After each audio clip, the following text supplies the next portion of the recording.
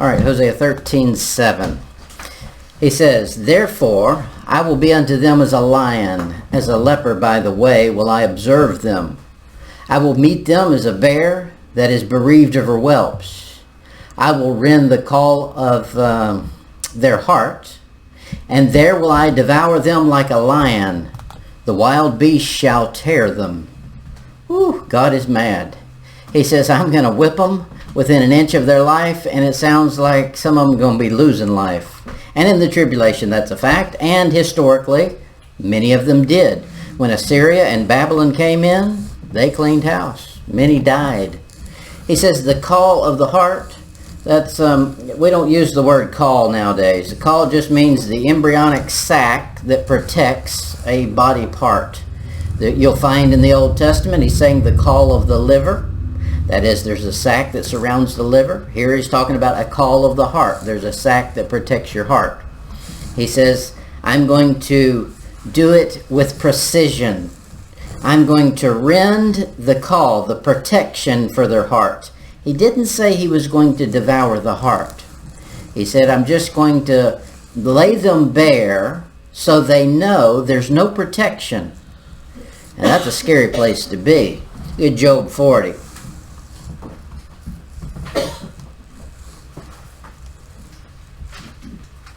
Job 40 verse 15. Now he's talking about these wild beasts are going to come in and devour them. I don't doubt for a minute that there's not some, God made these beasts on the earth. I'm sure he's got some supernatural beasts too up there that he's made. We know we're coming back on horses. Those aren't earthly horses. Those are horses that can fly through the galaxies. So he's got some animals up there. He's probably got his own petting zoo. Job 40 verse 15. Behold now Behemoth, which I made with thee, he eateth grass as an ox. Now Behemoth, you read through this character that he's talking about Behemoth. That's nothing you've seen on earth. That's not a creature that exists now. But he says, I can make some wild things that you've never thought of. And he has. Look at Revelation 13. Revelation 13:2.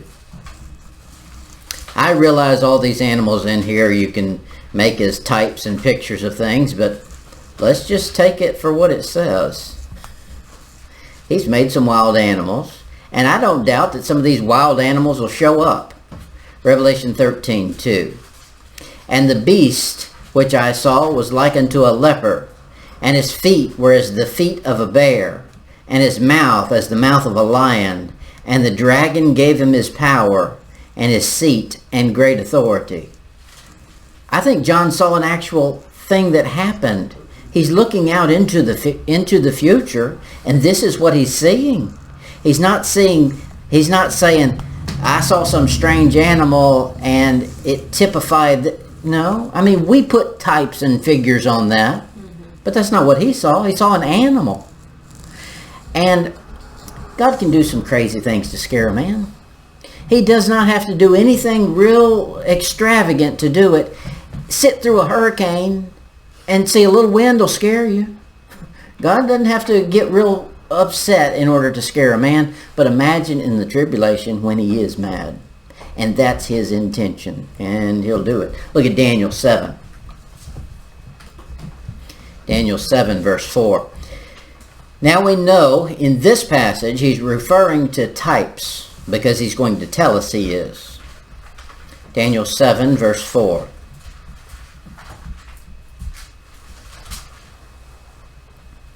He says, this is the dream that's being interpreted. The first was like a lion and had eagle's wings. I beheld till the wings thereof were plucked, and it was lifted up from the earth and made stand upon the feet as a man. And a man's heart was given unto it. And behold, another beast, a second, like unto a bear. Sounding familiar, isn't it? And it raised up itself upon one side, and had 3 ribs in the mouth of it, between the teeth of it. And they said thus unto it, Arise, devour much flesh. I don't think I'd be telling any kind of animal like that, get up and start eating. Say, go starve. After this I beheld, and lo, another, like a leper, which had upon the back of it 4 wings of a fowl. And the beast had also 4 heads, and dominion was given unto it. And he's going to go through, you read that passage, he'll interpret it for you. There, it's obvious that he's referring to kingdoms and kings. And that's exactly what happened to Israel. They were overpowered by these kingdoms that came in and took them captive. However, they've not received the last punishment yet. The last week of their punishment is yet future. Look at it in Hosea 13, Hosea 13:9.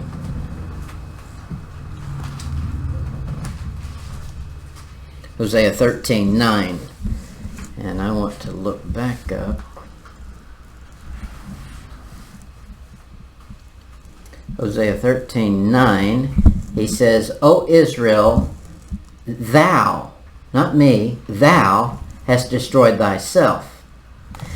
Okay, how did Israel destroy itself? Verse 8, I will meet them as a bear. Verse 7, therefore I will be unto them as a lion. Well, who did it? God or them? Verse 5, I did know thee in the wilderness. This is all about God talking. I'm doing all of this. But how's he doing it? By turning the man over to his own desires, his own lust, letting him self-destruct. That's the worst thing God can do for a man, is to quit correcting him. Just take his hands off, say, you go do it, run wild. Because we'll run right into our own downfall. Look at Job 20. He says, O Israel, thou hast destroyed thyself, but in me is thine help. In Job 20, verse 5.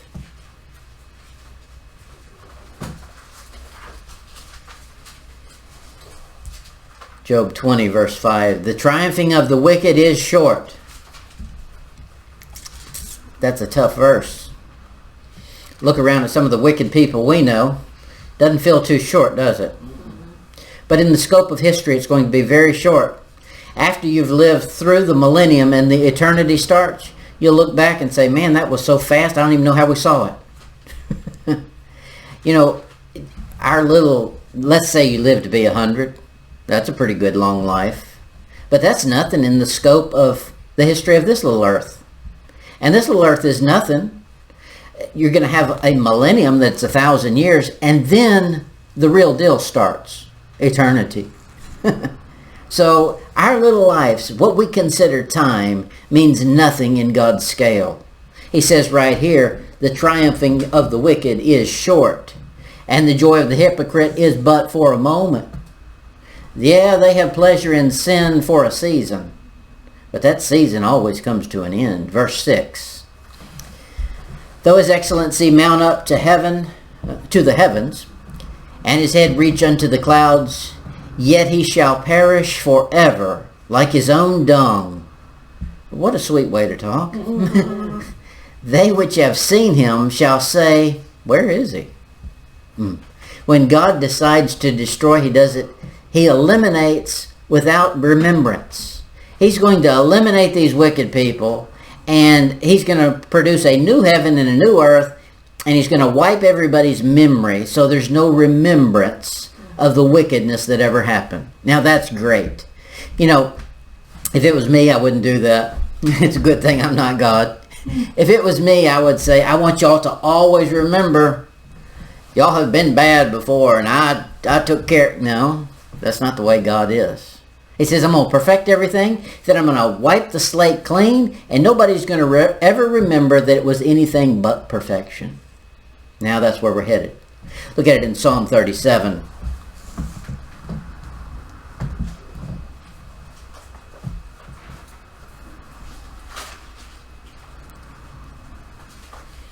Psalm 37, verse 5.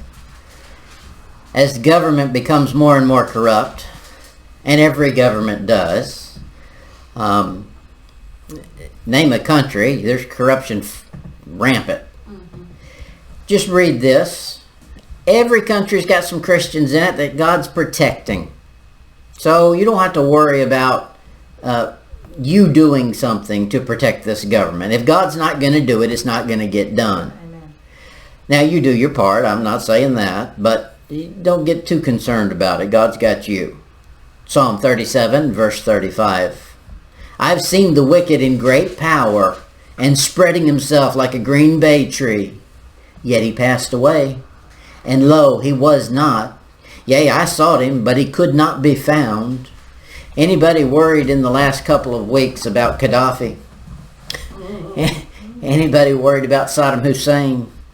No, they're gone. They're off the scene. Now, they thought they were powerful for a while, and for a while they were. But, just like this, all the wickedness of this world is going to be gone like that, eventually. But in the meantime, we got to do right. That's the hard part. Hosea 13, look at verse 10. Hosea 13:10. Previous to this, the last statement was, I'll be your salvation. So verse 10. And I will be thy king. Where is any other that may save thee in all thy cities, and thy judges of whom thou saidest, give me a king and princes? Isn't that Israel? Israel said, that's the way they got into the monarchy. They said, other people are doing this and it's working out good for them. So what?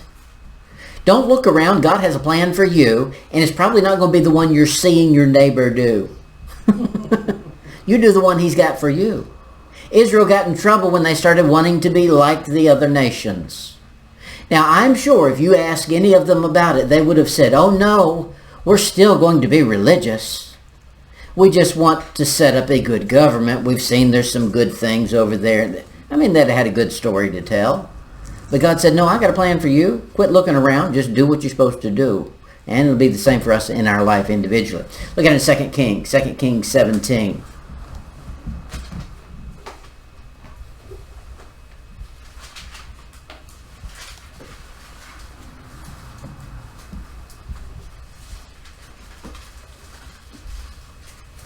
Second Kings 17, verse 1. In the 12th year of Ahaz, king of Judah, began Hosea, the son of Elah, to reign in Samaria over Israel 9 years. Samaria, that's the northern kingdom. And he did that which was evil in the sight of the Lord, but not as the kings of Israel that were before him. Against him came up Shalmaneser, king of Assyria, and Hosea became his servant and gave him presents. He didn't just give him presents because he enjoyed him or it was Christmas time. This was tribute. It was demanded of him. The powerful man walks in and says, I'll have that, thank you. He says, Assyria walks in. Assyria's claiming dominion. They're putting in a puppet. They're allowing him to rule as a puppet king.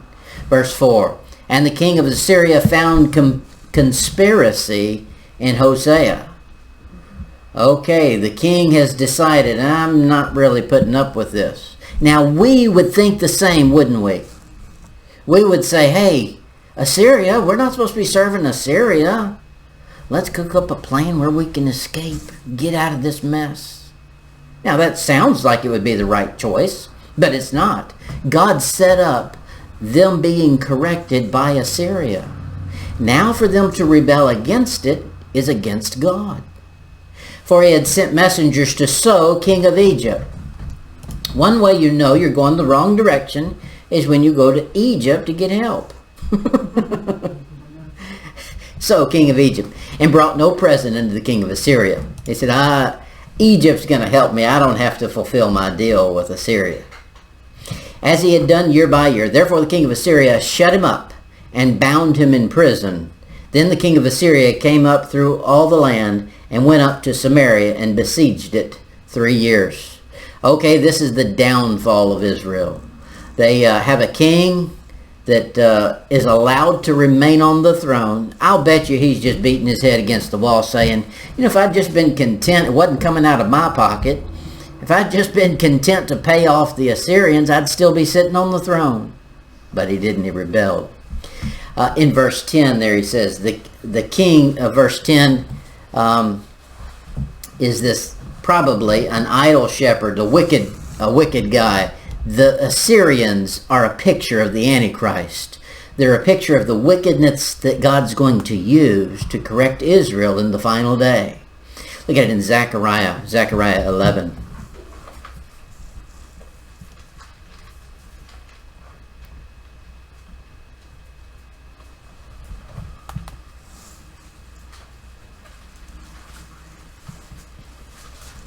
I think this is amazing. You'll find over and over where somebody will have a name prophesied.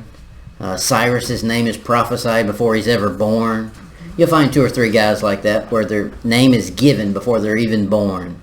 Here God is giving us fine details of the Antichrist before he shows up. Zechariah 11 verse 17.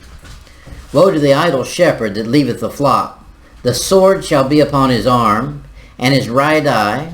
His arm shall be clean dried up. His right eye shall be utterly darkened. Okay, so Peter came out of the garden and took a swipe at him. And he's got his right arm and his right eye have an issue. And I was just talking about this today. I don't believe the devil knows when his time to start is. But he knows he's going to get a turn. So in the process, he's always got a man ready to take his spot. And probably many pictures for us to go study. Hitler had this problem. He had Parkinson. So he puts his hand in here, the right arm. Napoleon, the same thing. All of them, all the way down through. Mussolini, the same way. All of them down through history have had this issue. But it's not exactly.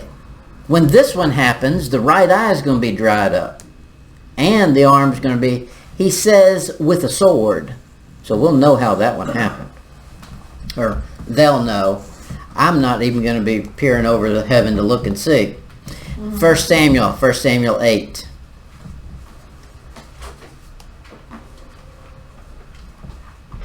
Another type of the Antichrist, Saul. Saul is sitting on a throne that doesn't belong to him. Now, I know he was anointed and put there, but you start studying it, you'll find out they had jumped the gun. 10 generations was David, not Saul. And that's a whole nother lesson I don't have time to teach. 1 Samuel 8, verse 10. Do what? Yeah, wrong tribe. And Samuel told all the words of the Lord unto the people that asked him a king. And he said, Thus will be the manner of the king that shall reign over you. He will take your sons and appoint them for himself, selfish, for his chariots, to be his horsemen. And some shall run before his chariots. And he will appoint him captains over thousands and captains over 50s, and will set them to ear his ground and to reap his harvest, and to make his instruments of war and instruments of chariots. And he would take your daughters to be confectionaries, and to be cooks, and to be bakers. And he would take your fields, and your vineyards, and your olive yards, even the best of them, and give them to his servants. And he will take the 10th. See that number? The 10th. This is what they were supposed to be giving to God. And God he does this. He starts it out here with Saul in a small amount. He says, Saul's going to take back from you a 10th because you hadn't been giving it to me. Then in Isaiah, you see he goes extreme with it. He says, I'll leave you a 10th of your vineyard and I'll take 90%. Whew. What happens in the tribulation is 10% get to come back to Israel and they're eaten, devoured like food.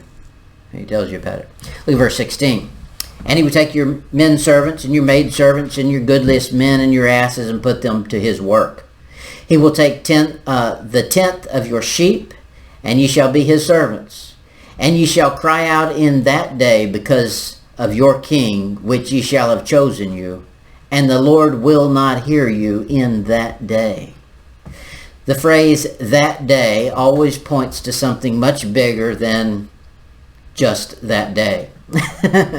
There is a that day that ends things up, the tribulation. And this is exactly what's going to happen to Israel in the tribulation. Look at it in Daniel 11.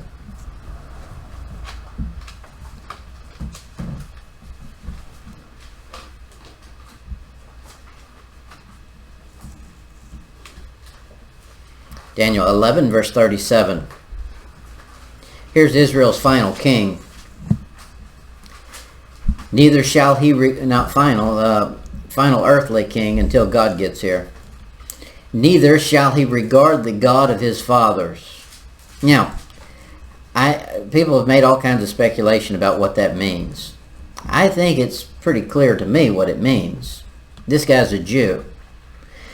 God here is capital G-O-R-D, just like you would find the name of God. So, he's got a good heritage, supposedly. He's a good a Jew, probably, of his fathers. Nor the desire of women, nor regard any, lowercase G-O-D. Even the false ones don't mean anything to him. He understands about the real one. He was brought up to understand it, and he's rejected it. He says, for he shall magnify himself above all. He's going to say, I'm God.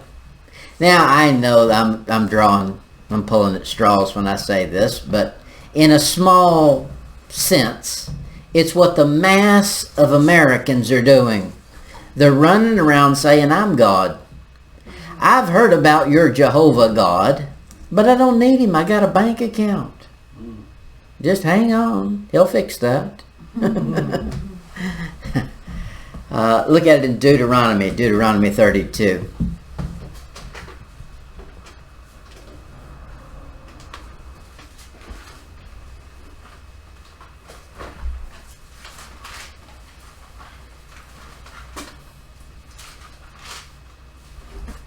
Deuteronomy 32, verse 36. For the Lord shall judge his people, yes, he will, and repent himself for his servants, when he seeth that their power is gone, and there is none shut up or left. Whew. He's going to do some destroying, and he's going to destroy so much that God's going to look down and is going to say, ooh, that hurt. You can see a little emotion in that, can't you?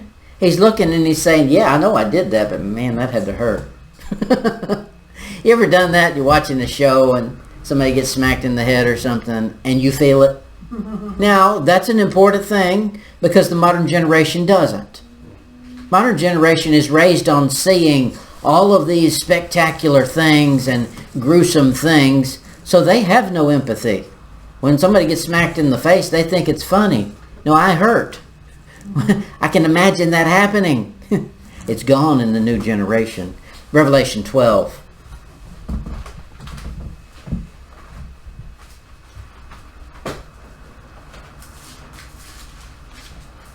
Revelation 12.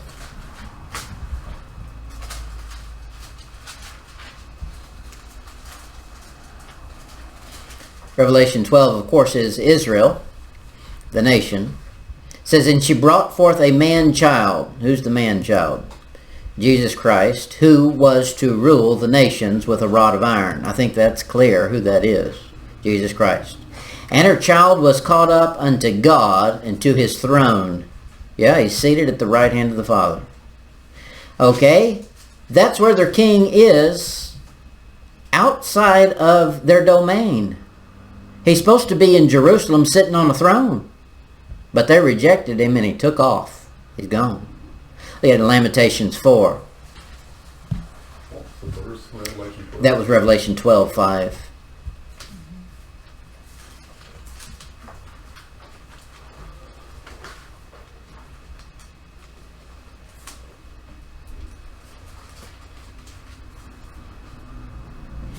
Lamentations 4, verse 20. Lamentations means lamentations. He's lamenting, he's crying over the events that have taken place.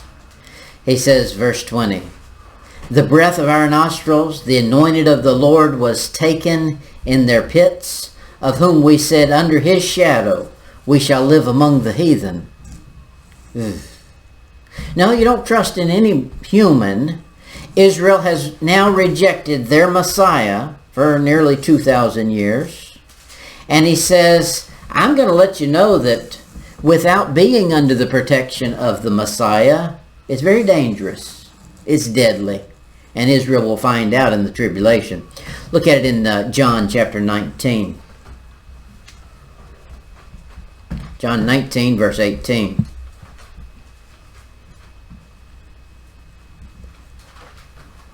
I think this is, I like this. I mean, there's parts of it you don't like, but I'll point it out, the good part. John 19, verse 18. Where they crucified him, and two other with him, on either side, with Jesus in the midst. Okay, this is the crucifixion. We understand the picture. There's one on one side, one on the other. He's in the middle. Verse 19, and Pilate wrote a title and put it on the cross. And the writing was, the only thing good Pilate did was he told the truth here. Jesus of Nazareth, the King of the Jews. Now, what he got wrong was he didn't kill him. Couldn't do it. Verse 20. This title then read many of the Jews, for the place where Jesus was crucified was nigh unto the city, and it was written in Hebrew and Greek and Latin. He said, I'll make sure everybody reads this. Then said the chief priest of the Jews to Pilate, write not the King of the Jews. Now notice how that's spelled. You're in verse 21. The King of the Jews. That's not what he wrote. Verse 19, look what he wrote. All caps. Jesus of Nazareth, the King of the Jews. It was very authoritative and definitive. When the chief muckety-mucks come into Pilate from the Jews, they can't even bring themselves to say exactly what he wrote. The King of the Jews. But say that he said, I am the King of the Jews. Pilate answered, what I have written, I have written. No kidding. Now, you can read through the story and find out about Pilate. Pilate's a no good character. If you study history, you can research Pilate from the documentaries on ancient Rome. And Pilate was not a nice man. He was a very mean, cruel man. He did certain things that seemed to be nice, but then he would turn around and stab somebody in the back. He was a mean character. We read it in the Bible, and we only see one story about him. And it seems like he's wishy-washy and doesn't know what he's doing. No, he knew exactly what he was doing. And when he said something, there's a statement. The King of the Jews, I wrote it, don't question me. That's who he was. Look at Hosea. Hosea 13. Hosea 13:11. Hosea 13:11.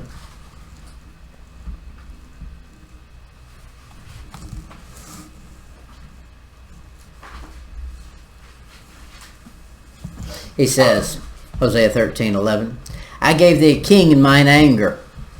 You ever done that?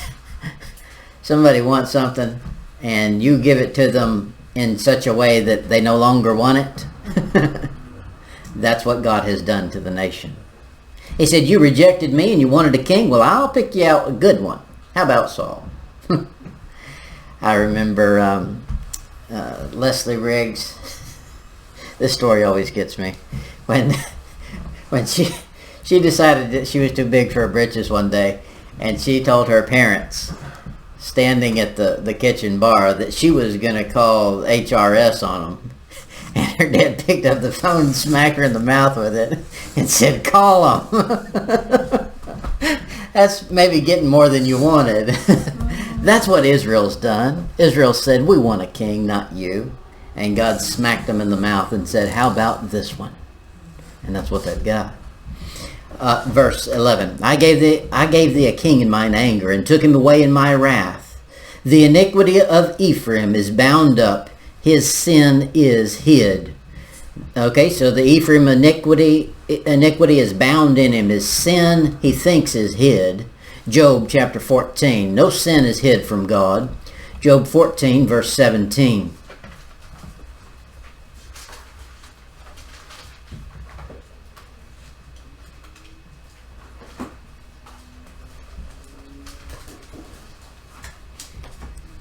Job 14, verse 17. My transgression is sealed up in a bag, and thou sewest up mine iniquity.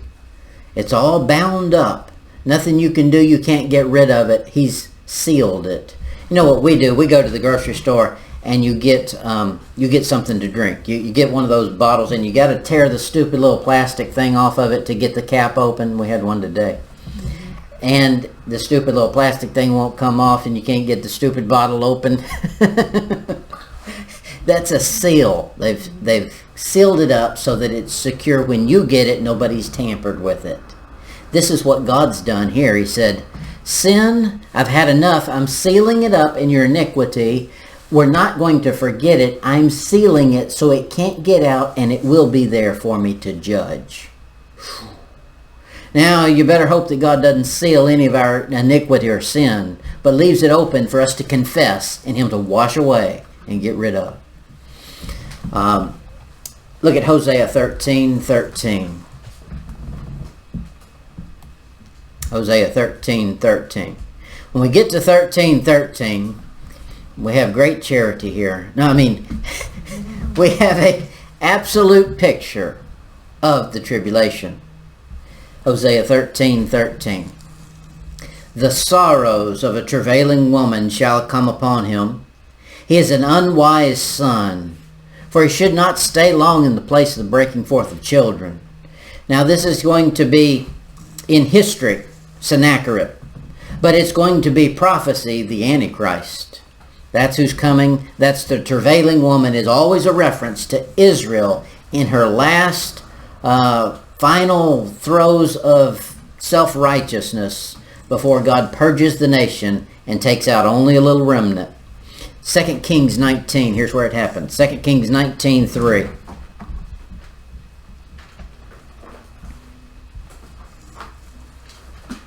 Second Kings 19:3.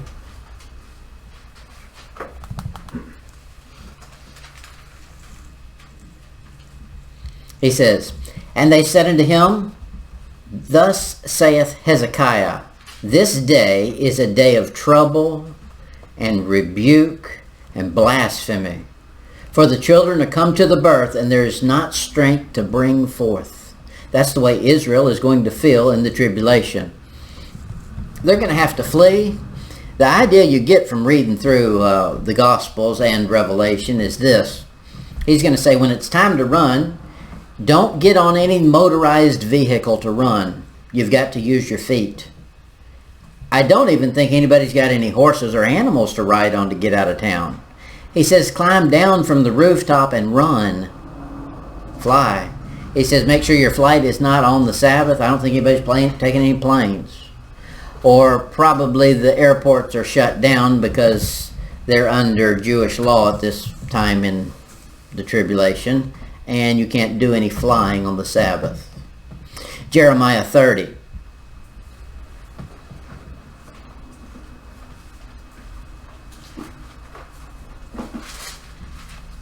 Jeremiah 30, verse 6.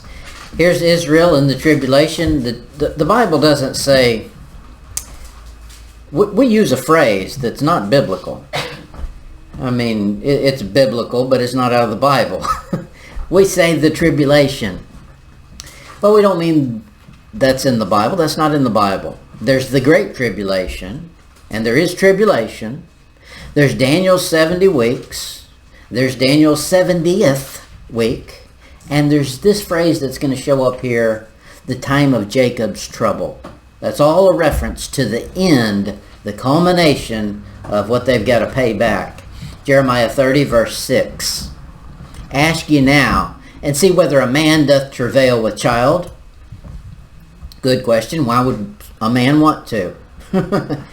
Wherefore do I see every man with his hands on his loins, as a woman in travail, and all faces are turned into paleness.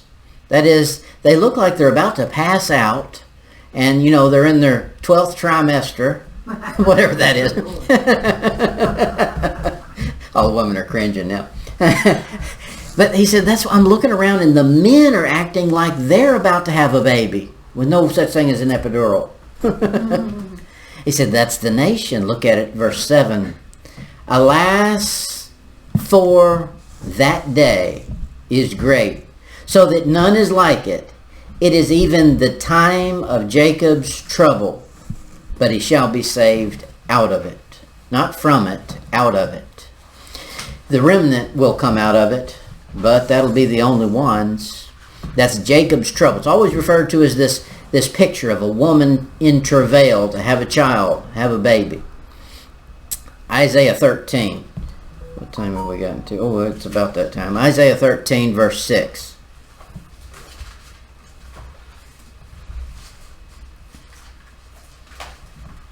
That day, the day, all of those are reference to God squishing the Antichrist and many of the Jews with him. Isaiah 13, verse 6. How ye, for the day of the Lord is at hand. It shall come as a destruction from the Almighty. Whew. Now, he's a creator, but he can also be a destroyer. If you made it, you can destroy it. And he did. Look at Isaiah Charity, verse 8. Isaiah 13, verse 8. Isaiah 13, verse 8. And they shall be afraid. Pangs and sorrow shall take hold of them. They shall be in pain as a woman that travaileth. They shall be amazed one at the other. Their faces shall be as flames. Now, I think something's going to go on in the tribulation that's a wild thing, and I didn't get you all the verses on it. Ask me sometime and I'll find them for you. God's got a special nuclear weapon he sets off, and it makes people's skin burn, and while their eyes can see. There's some wild stuff in that Bible. It's in Ezekiel. And it's an odd weapon that God uses. And it's not a human one. He calls it his act, his strange act. God's got some things he does that man's not ready for. And he says their faces will be as flames. They're going to self-combust. They have this thing called spontaneous combustion. It's where just out of nowhere something catches on fire and just goes up in smoke. People. It's happened to people. I think that God's just playing with his toy. He's it's been a while since we've done it. Let's just do a little trial run down here. And that's what he's going to be doing in the tribulation. Look at Isaiah 13, verse 10.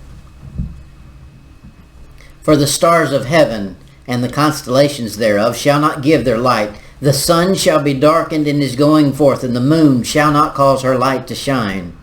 Imagine that. The moon refusing to shine. It's not that there wasn't any light it could reflect. It just says, no, I refuse. That mess down there doesn't deserve my light. Verse 11. And I will punish the world for their evil, and the wicked for their iniquity. And I will cause the arrogancy of the proud to cease, and I will lay low the haughtiness of the terrible. Now, I like that. I get excited about these verses. I like that. That's God saying, I'm fed up. I've had enough. I'm fixing this right now. You know, when you went on a trip with your parents and it always took too long and you needed to go to the bathroom 25 times and your dad was going to pass everybody on the road and there was going to be no stopping. And you had to bug him nonstop. The standard reply was this: don't make me pull this car over. Well, when you pull it over, can I get a drink? Okay, this is God saying, I'm about to pull over. And when he pulls over, this is what he does. Verse 13. Therefore I will shake the heavens, and the earth shall remove out of her place, in the wrath of the Lord of hosts, and in the day of his fierce anger. Whew. This is God getting mad how he's going to wind things up. Now, I'll give you a conclusion for how all of this is giving you a timeline of future events next week. But I've laid out all the verses for you if you can remember them. You'll remember enough of them. That when we get to the next part of our lesson, which will be verse 14, we'll start seeing how this is giving us a timeline of the events that are going to take place in the future. But we'll pick it up there next week at 13 verse 14.